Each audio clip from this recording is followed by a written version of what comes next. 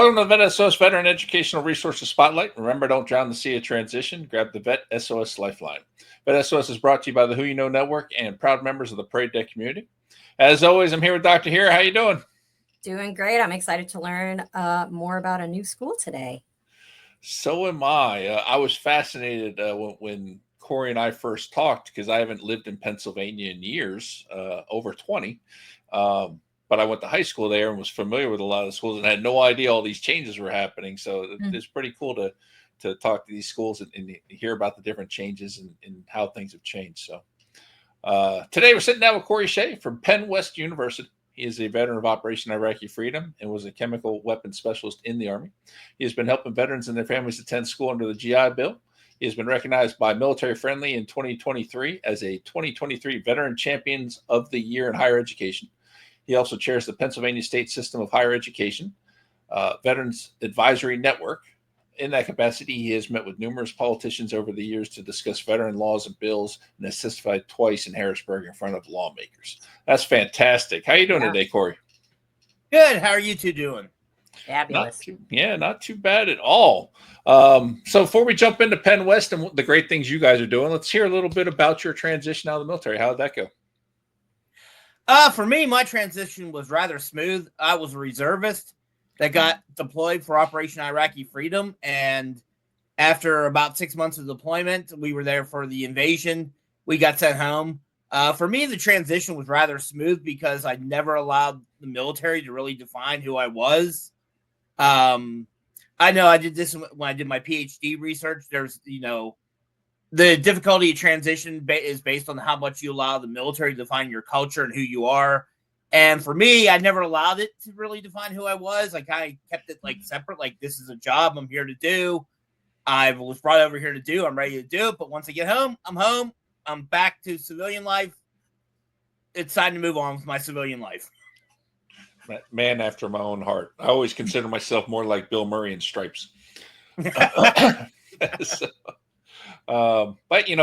that's the thing is I used to argue with people about that. Like you need people like me, but you also need people that are all hula and eat, live, breathe the military, and that's what makes it work.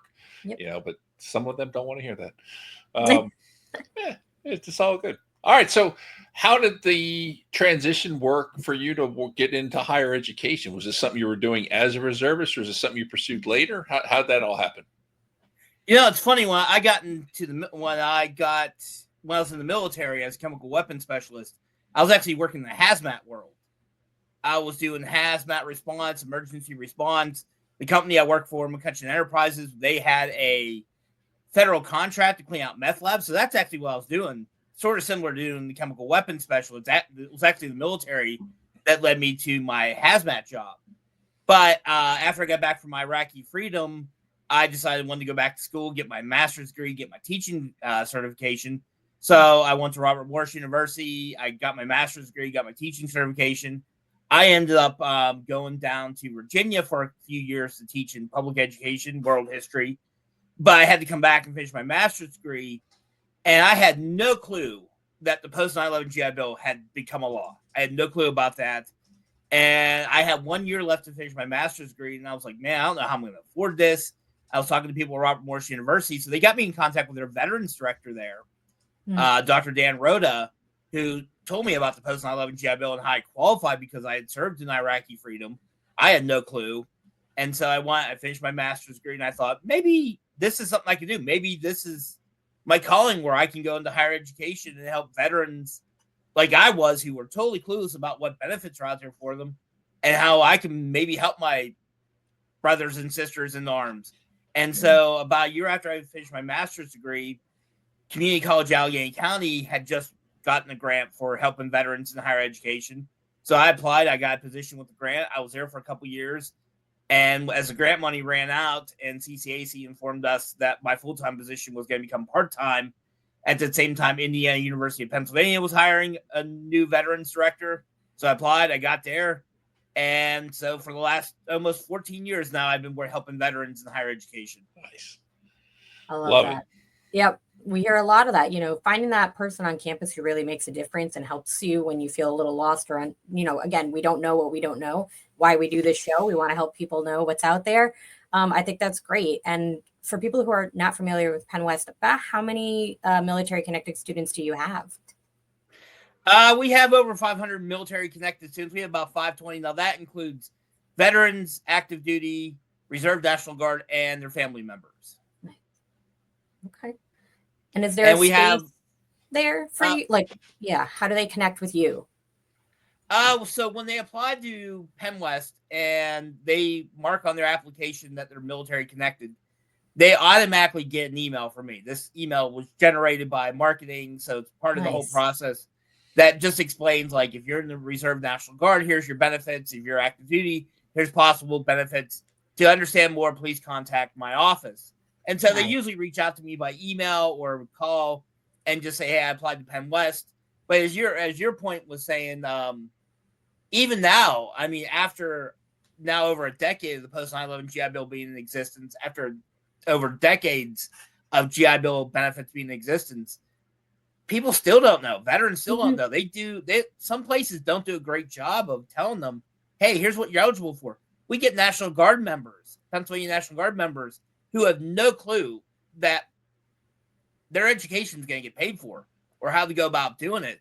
So that's a big step in the process. Is they usually reach out to my office or our school certified official who I oversee her work and just say, hey, how do I go about applying for these benefits? I know I have this stuff. How do I go about getting it? How does it work? How does everything work? Yeah.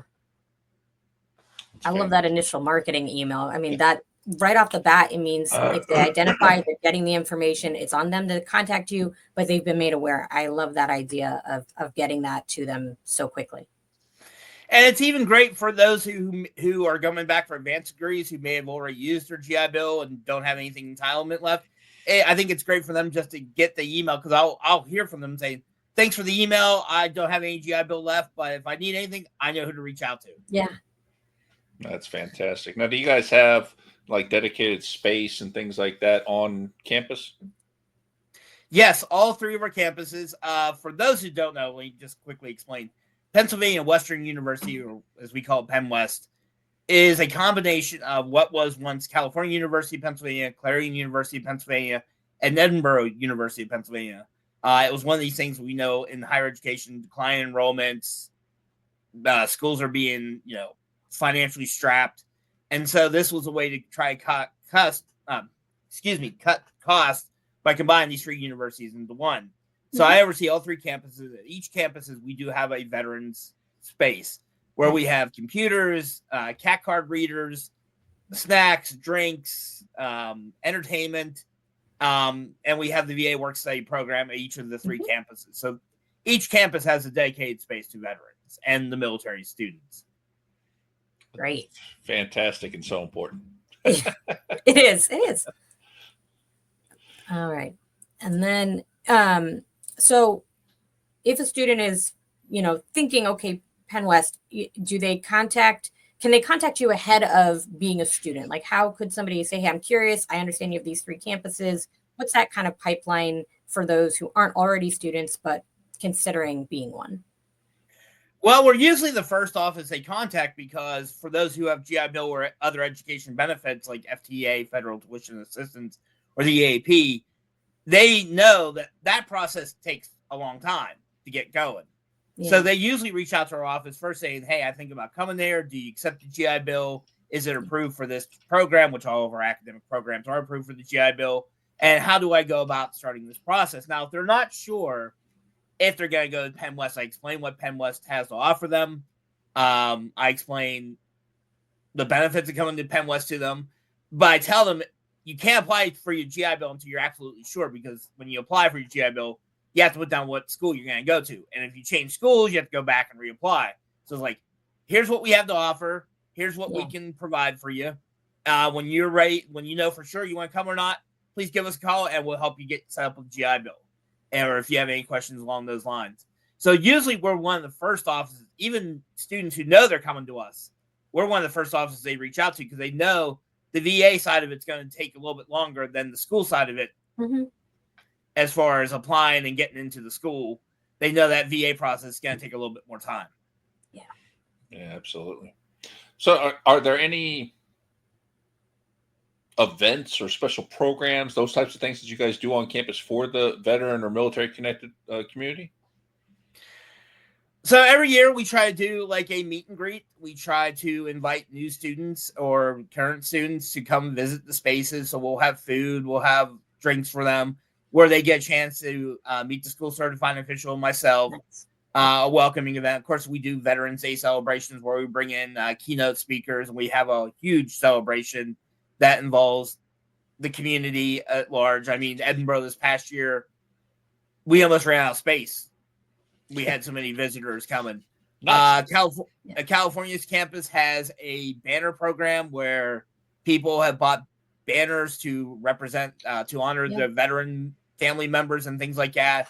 So every year around Veterans Day, we hang those up around campus. And then we do events throughout the year. We do just meet and greets. We do events where we just go out there and let the community know who we are and what we're doing. We invite all the students to it because we're not trying to, when we do events, we're not trying to limit it to military students, but we're trying to open up the entire campus because, as you know, there's a lot of students out there who have family members who have served, maybe brothers, sisters, fathers, uncles, aunts, whoever, and they want to show their support as well. So we do campus-wide events across the 3 campuses where we just get the whole community involved and just let them know, hey, we're here. We have military students. We have veterans clubs at 2 of the 3 campuses right now.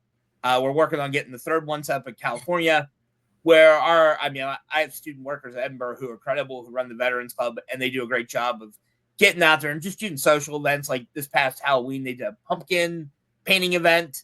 So they do great things like that just to get the community involved, just get our word out there, who we are, what we're doing, who we support, and to bring the community together to support our military culture. Yeah. Love that. Awesome.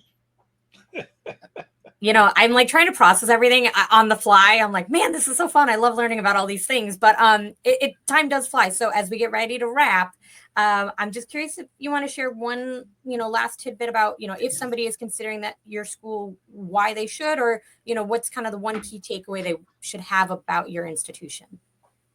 Obviously online education for current military students who are on active duty, that's a big component. Even among veterans, online can be, there's been this huge shift since COVID to go to online education.